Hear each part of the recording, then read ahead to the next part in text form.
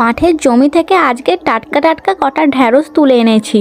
আজকে ভাবলাম নিরামিষের বাজার, চলো করে ফেলি ঢ্যাঁড়স পোস্ত। দিনের বেলাটা কিন্তু আমি উনানেই রান্না করি, কিন্তু গিয়ে দেখলাম জ্বালনকুটো সেরকম নেই। আগে তো আমাদের একটা গরু ছিল, তাই অনেক গোবর হতো, সেইগুলোকে আমার শাশুড়ি মা ঘুঁটে দিয়ে আমাকে জ্বালনের ব্যবস্থা করে দিত। বাট এখন তো নেই, তার জন্য প্রচুর একটু জ্বালনের প্রবলেম হচ্ছে। গ্রাম সাইডের বাড়ি মানে বুঝতেই পারছো, সব কিছু একটু অভাব আর জিনিসপত্রের দামটা প্রচুর পরিমাণে বেশি, তাই একটু সাশ্রয় করা শিখতে হয়েছে আমাকে।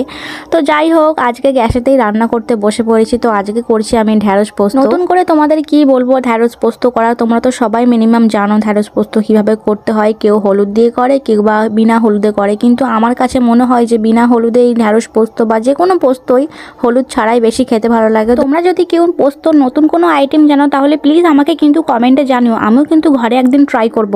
চলো আজকের মতো বাই বাই। আমার চ্যানেলটা কিন্তু সাবস্ক্রাইব করে দিও, আর হ্যাঁ, একটা লাইক করতে